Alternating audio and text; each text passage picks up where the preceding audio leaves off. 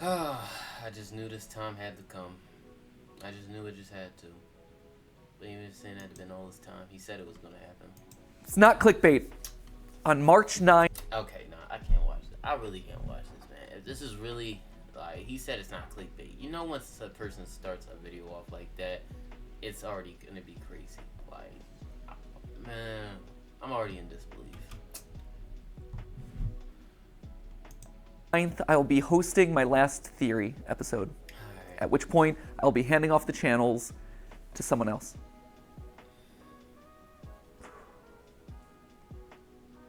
There it is. That's it. Send tweet. We're all done here. That's all you need to know, right? Oh, wow. Forgive me, by the way, if I'm a little bit more disorganized than usual.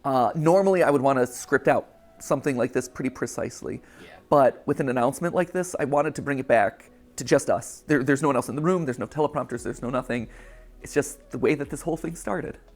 It's a conversation between us. Mm-hmm. And sorry that I keep getting emotional about this. I'll try not to, but it's a big deal. Yeah. You know, like, I feel you, dude. if you think about it, this channel is Steph and my first child, really. Before we had Ollie, before we had Skip, Catbat, like, it was this. This was our baby. This channel has been going for 13 years. I think in total it's somewhere around like 1,200 theories. And only half of those are FNAF. Shocking. I know, we actually did stuff that wasn't FNAF related. But this has been a literal third of my life. And I'm gonna miss you. I miss you. I'm gonna miss this. I really am. I value what we have here. I value this conversation.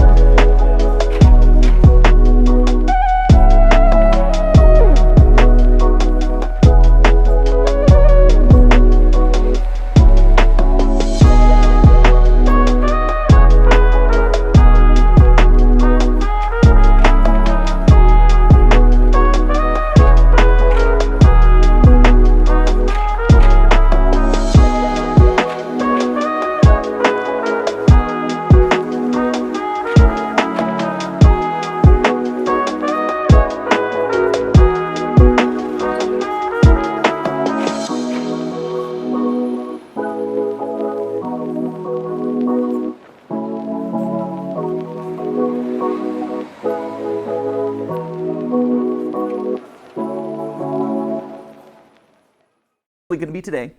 We didn't know exactly when it would fall, but we knew it was going to happen eventually. That's why over the last couple years we've been staffing up so much. That's why we partnered with a larger company to help run the channels. That's why we've been spending so much time outside of this box training up the team to make the best videos that they can, because we knew that we couldn't do this forever. We knew that, honestly, we didn't want to do this forever. For as much as I love you, and I love overthinking things, and I love theorizing, I don't love late nights. I don't love the fact that Steph and I have been work first for over a decade, where I'm sitting down at dinner with my best friend, and we're talking about business logistics. Or we're talking about animatronic toes. I miss the days where I could just sit down on the couch with her and play video games, and it's not for content. Or I'm playing a game and I'm not thinking about what theories are gonna come out of that.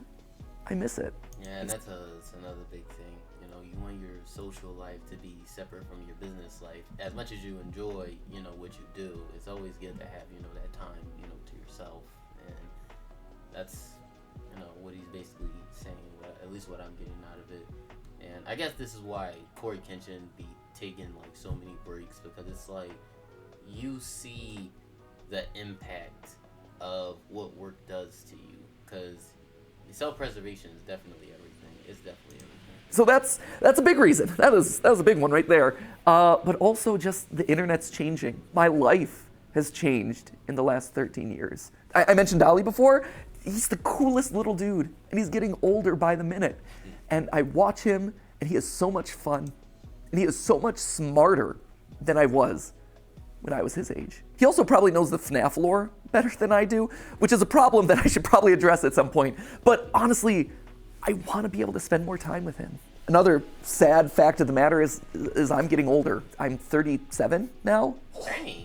The other day, I actually had to Google my own age. And you know that when you have to start like doing math in your head to calculate how old you are, you are over the hill, my friends. Though to be fair, to my credit, I think I'm like the only 37-year-old out there who has an unironic appreciation of Skibidi Toilet. Then again, maybe that's the problem, right? Like, maybe that's not a good thing. And honestly, because this is all about us being honest, there is a bit of a selfish side to this. When you think about it, there's only really two ways to step away from a YouTube channel. You either just decide the day that you stop uploading and you're like, I'm done, or you just keep uploading videos from now until the heat death of the universe, and you watch as your relevance slowly dies or your passion slowly dies. And for me and my journey in this place, I always wanted to go out on a high note. And when you stop and look at the last year, this has been the best year in the theorist lifespan ever. Like, no joke. It is our highest view year. It is the year where we launched Style Theory and immediately put our foothold in a brand new space, and that took off, and now we're one of the top style and fashion channels on YouTube. And that kind of completes the trifecta. Cake in the break room. Cake in the break room. There's cake in the break room. Going away. Of, hey, we now have a top channel in 4 different verticals that are completely different, and no other YouTuber really has ever been able to do it to that scale. That's amazing. This is also the year where I was able to meet you guys at our Broadway show. I was able to play at the PGA and show that, hey, YouTubers aren't particularly good at golf, but they can make your event relevant for like a couple of minutes. It was also the year that I got to host the Streamy Awards, and it wasn't cringe. I mean, to be fair, the Streamy Awards are always a little bit cringe, but it was the right amount of cringe. Yeah, me personally, I really don't like watch the Streamy Awards, and it's not for the reason that you think, but it is a very good concept to a sense. Even to send me personally, I'd rather watch the Game Awards, but even the Game Awards don't be having some of the best titles. I pull up videos of all my favorite creators, and I watch them, and all of a sudden I start hearing people just casually dropping, "That's just a theory." It's just a theory, a game theory. Now this is just a theory, people. At the end of the day, it's just a game theory. That's just a theory. A Freebirds theory. Also a lot of lore, so if you're a big theory head, proceed at your own risk. I did not know about this theory. That's a theory. That right there, that is incredible. And that's the note that I want to leave on. And that's how you just know it's the right time. All of those reasons coming together, saying, hey, this is the moment. And that's hard to say, because change is scary. Change is hard. But sometimes the right decision isn't the easy decision. The easy decision would just be to carry on doing this and do FNAF part 332. But that wouldn't be the right decision. I think the best way to explain it is with a video game analogy. Feels appropriate, right? Whoa, it's game theory, ha! Did it. Check the game part of it off. But the way I like to think about it is Earthbound. I think I've made it pretty clear over the years that that is, without question, my favorite game of all time. Sans' Nest, all that, you're all familiar with that. But what you might not be familiar with at this point is how the game ends. At the end of Earthbound, after you save the world, everything opens up to you. You can revisit every single location that you've been to. You can talk to every NPC that you met on your journey. And it's this incredible moment as a gamer. You see just how many lives have been impacted thanks to your journey. And then after spending as much time as you want talking to all those people, you end up back home. You go back to where it all began, where you were just a kid waking up in bed and starting your adventure. And even though your mom's there and your dog's there and your weird telephone dad's there, it feels different somehow. Like, sure, this is still a place of love and acceptance and comfort and security, but you just don't quite fit anymore. Because you just traveled the world. You made all these new friends, You are different. You grew up, and your relationship to this place grows up. It evolves. In case you couldn't tell, I'm Ness, which I guess would also mean that I'm also Sans, but I was also Ness in the FNAF movie, which just opens up all sorts of weird canon. Slap a thumbnail on that one. So anyway, there you have it. That is why I'm leaving. I hope you can understand. But that obviously begs the question of like, what happens to the channels? Well, for the next 10 weeks, we're gonna have ourselves a big old going away party. If Unis Annus taught us anything, it taught us that you probably shouldn't use urine for a personal sauna. But if Unis Annus taught us two things, one was to not soak in your own urine, but two was to appreciate the time that you have left. So that's why over the next 10 weeks, we're gonna have a bunch of theories that are gonna be a lot of fun, revisiting old favorites, getting some closure on things, we're gonna see some familiar faces, a lot of awesome stuff. Although to be fair, I think it's 9 weeks, and I think we counted this one as week 1. That was stupid of us. That, my friends, is how you wind up getting Wario being 10 feet tall. Mathematical rigor.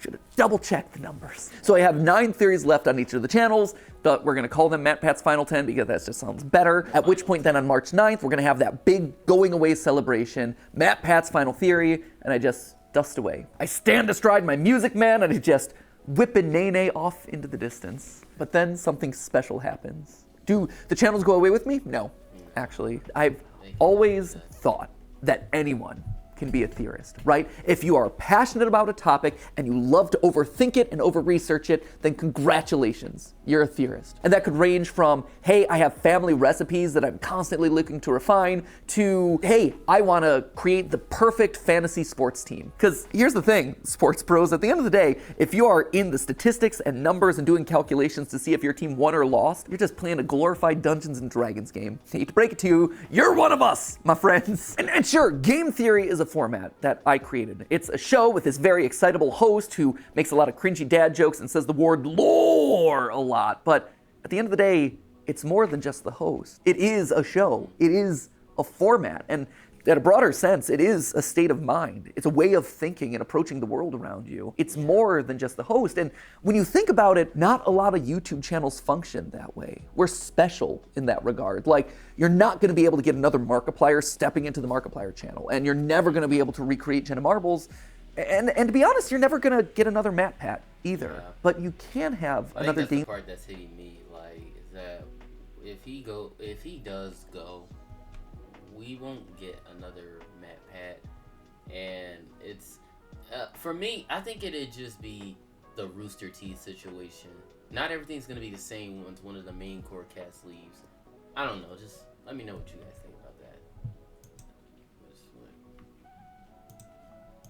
Game theorist. You can have another film theorist or food theorist or style theorist. I think in a lot of ways, we almost function kind of like the Doctor Who of YouTube, where as one host fades away, a new one kind of respawns in their place. And they're able to put their own unique spin and flavor on the format and make it their unique thing. You have eras of the different theorist channels. And so, you know, my era is fading away and someone new is coming in. Maybe this is the David Tennant to Matt Smith transition, right? That was a good, solid series of episodes right there. So who then is gonna be taking over the channels? Well, I don't know if you've noticed this, but fewer and fewer of the words that I'm saying in any given episode are actually mine. If you go down to the credits, you can actually see in the description that there are certain names that have been appearing more and more frequently. Like, yeah, I'm listed on every single one as the writer because I touch every single script, I polish it into my voice, but in all honesty, the bulk of what I'm saying is coming from someone else. It's their research, it's their work. Why should they have to filter their creativity through my voice? I've always envisioned these channels as a place where we could spotlight all sorts of creators. I mean, it even goes back to the original URL of this channel, right? It isn't game theory, it was always the game theorists, because this was a place where you could find a lot of like-minded creators, all with a passion for gaming and education. That's why we had the partner shows like Gaijin Goomba with Culture Shock, or Drake with Smash History, or Ryder with A Brief History, or Austin with the Science, and Lee with Breakdown. Yo, Austin was always killing it though. Sometimes his over-exemplified explanations would get boring, but whenever he like was trying to calculate a science on how bad Batman was just knocking people out, solid. It was just solid. They were all here because we all had a similar goal: to educate people through the lens of gaming. and then YouTube pivoted and then made it so that way doing a channel in that style doesn't really work anymore. But we still tried to keep that ethos alive by making sure that we're regularly covering small indie projects. Stuff like OnlyCans, like Mandela Catalog, like OWO. OWO? See? I learned. But if we're doing that for all these other creators, why aren't we doing it for the creators on our own staff who have been in the trenches doing the research, writing these words to deliver to you over the last couple of years?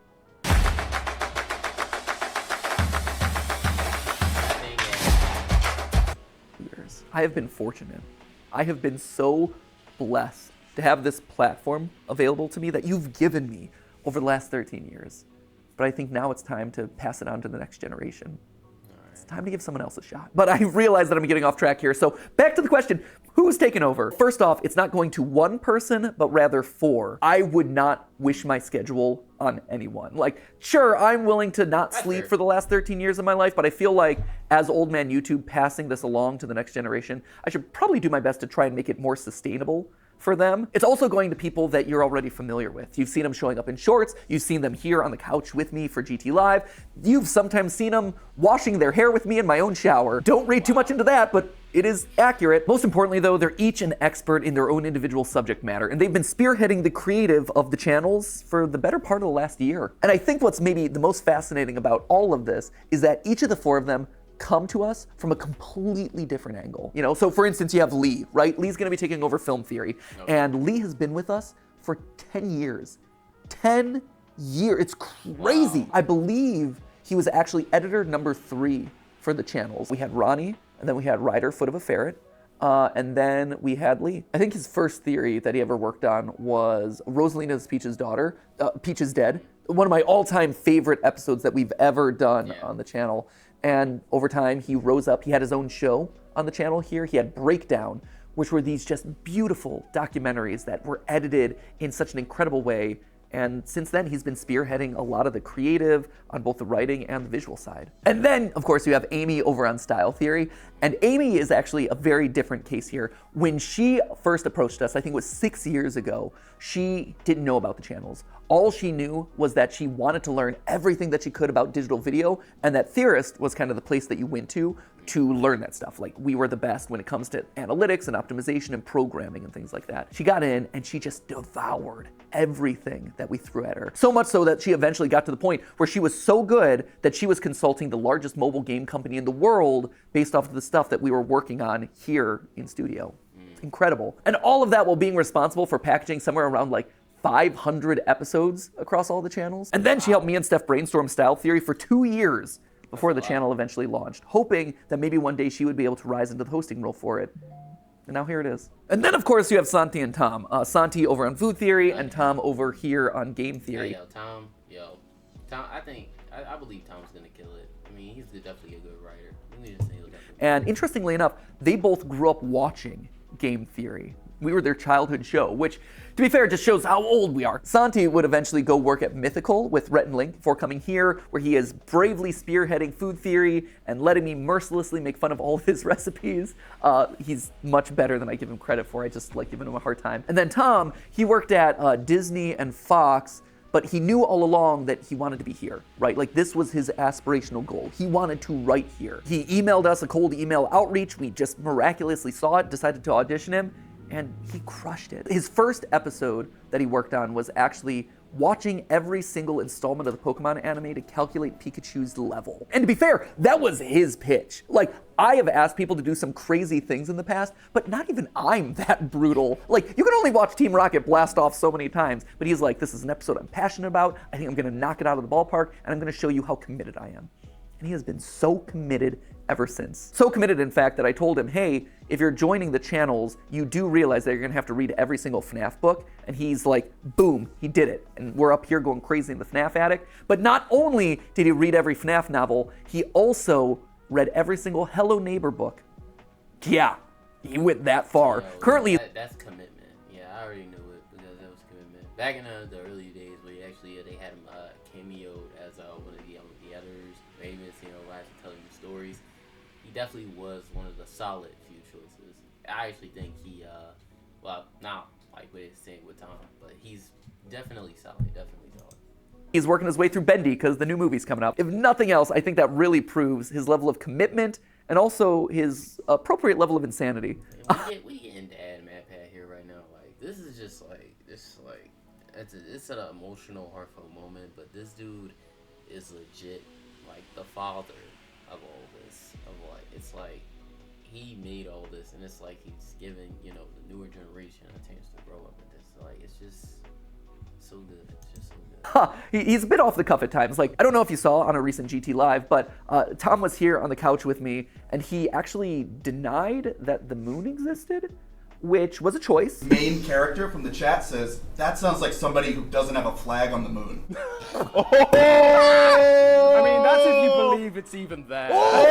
The moon? I don't think he actually believes that, but if he does, we're gonna get some weird Majora's Mask theories, let me tell you. When I go out at this point, I am recognized at least 5 times. It's crazy. It's a really high number at this point. And it's a fascinating split because 50% of the time it's like, oh my gosh, you're Matpat. You were my childhood. I loved watching your FNAF theories. And I'm always like, well, FNAF's still going. And they're like, what? No way. And we talk about the new game and it's always really fun. But the other half is, oh my gosh, you're Matpat. You are my childhood. I'm watching you right now. I loved your most recent theory. That's awesome. That's such an honor. I have been so honored to be a part of all of your lives. But I think it's time for someone else to have that honor. I think it's time for someone else to get to ruin some childhoods. And that just kind of leaves us with one final question, right? Which is, what about me? Where do I go? Do I just retire to a beach somewhere? Do I whip a nene off into the distance? No. I'll still be here. Obviously, first off, we've got our final 10 episodes, like I said, so that's, well, it wasn't 10 episodes. However many episodes are left between now and March 9th, we got those. I'm going to be on GT Live from now until the foreseeable future, probably until the end of the summer. That feels about right. And then we have the big going away video on March 9th. After that, I, stand aside as Santi, Lee, Amy, and Tom step up and take over the hosting role. But I'm still going to be here. I'm still going to be alongside the creative directors talking about programming, brainstorming ideas for upcoming episodes. That's awesome. I love that. I don't want to give that up. But the other cool thing about this is that it opens up the door for me to turn the script. For the last 13 years, I've been commenting on other people's IP, but now that I'm stepping out of those roles, I get to create the IP. Still as a part of Theorist, but I get to create things that are going to challenge those new hosts of the channel. Things that I've had in the back of my mind from years of studying media that I can now make a reality, and the channels can comment on them. Things like, for instance, I have a lo-fi mystery series that I think you're really gonna dig. It's basically like if you took a lo-fi channel and applied an ARG narrative to it, it becomes lore-fi. I am so stoked about this. The music is sounding really good. I knew that's where he was gonna go with this. So you need to say they define lore and everything. Animations are coming together really well. That's gonna be launching in a couple weeks. We'll see if Lee over on Film Theory is gonna be able to solve it. In April, I'm actually gonna be coming back onto Style Theory to host a giant fashion show that we're doing there. We all collect. You guys don't know I'm actually near a window right now, so anything basically here going on right here, it's pretty stormy. Actively had this thought of like, hey, online brands, online influencers are coming up with their own apparel lines. Why is there no place to showcase that sort of stuff? And then it hit us like, hey, we have a style and fashion channel. Why aren't we doing it ourselves? Creators in Fashion by Style Theory, that is coming to you in April, hosted by me. Some of the time that I'm not hosting the channels, I'm gonna be practicing my runway walk. Because let me tell you, if I'm sashaying down the runway, if I'm stomping the runway, it's not gonna be pretty right now. So I need to practice that a little bit. There's also this animation show that we did a pilot for in like the middle of last year. It's basically like if you took Gravity Falls, but aged it up and made it about adulting. It's really, really solid. And also there's this video game idea that I want to do for like so long that I've never had the opportunity to really like dive into and make reality. But now it's my chance to step into the role of Scott Cawthon and challenge the new game theorist. There's always been the memes about, are Scott Cawthon and I the same person? Not yet. But who knows, maybe starting later this year. And those are just the immediate things that I have on my to-do list because I want to make fun, cool things for you. And even if it's not a weekly episode, I still want to give those things to you because I think you'll like them. You matter to me. You are so important to me. Every single one of those people who stop me on the street, it's an honor, right? It's interesting. Because of this whole transition, I've been thinking a lot about my time on these channels and the evolution that we've gone to together. In the beginning, right, I was kind of like the edgy older brother where I would talk about like, oh, did you know that Link is dead? And let's make some boob jokes. And then at a certain point, I evolved into Dad Pat, right? I became a little bit more mature. Wow. I had the team around me. I had to be more careful about who I was saying was dead on a regular basis. Instead of talking about boobs, I ended up talking about Luigi's bulge. That felt like the right decision. At this point, I think I'm kind of evolving into... Well, one of the most wildest theories that he ever made is if Luigi is packing. Which, if you haven't seen the games, his moves, you know, I'm not going to say it. Go watch the theory. Yeah, go watch it. A Grandpa Pat, you know, for lack of a better term. And just like your grandparents, hopefully cool grandparents, but just like a grandparent, you know, you don't get to see me all the time. And I don't get to see you all the time. And maybe we call and talk to each other every once in a while. But at the end of the day, that grandpa loves getting to see you. Maybe he shows up at a special event. Maybe he shows up at a holiday. Maybe he shows up at the Theory Wear fashion show. Who knows? But he so looks forward to seeing you. And the love that he has for you, it doesn't go away. That grandpa is so proud of you.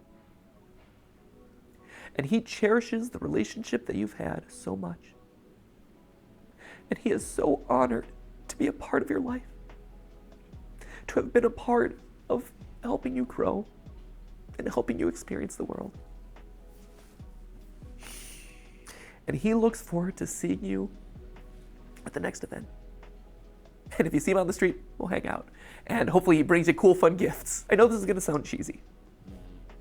And I know the internet will probably rake me over the coals for crying for one, but I love you guys.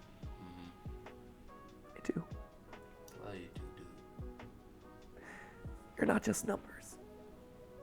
You're not just ad impressions. You're not just merch sales. What you have done for me, and from everyone I talk to, what I've done for you, is special. It's special. You have a lot to think. When I was in middle school, I had this goal of making the world a better place because I had been a part of it. It didn't have to be big. It didn't have to be curing cancer. But I wanted there to have been a ripple impact. Just because I was there. Butterfly effect and all that. Yeah. We've done it. I think we've been able to achieve something great here. You have taken me on the wildest, craziest 13-year ride of my life. And I'm so grateful. So, Grandpa Pat is going to sign out now. And I'll be around for a couple more weeks. I'll be living around the house for a while. We'll have a big family reunion celebration. Then I'll go off to my little shack in the woods, my retirement home down in Florida, and I'll pop in every once in a while. Anyway, at this point in my notes, I had it written that we're going to start a countdown clock of that like final 10 episodes, final 9 episodes, so start that. I don't know what it's going to look like yet. Hopefully the editors don't rip off Unis Honest too much. If they do, I hope they change it. And with that, I'm going to say, for one of the final times, not the final time, but one of the final times, as always, my friends, remember, it's just a theory. A game theory. Thank you. For watching. Thank you for watching.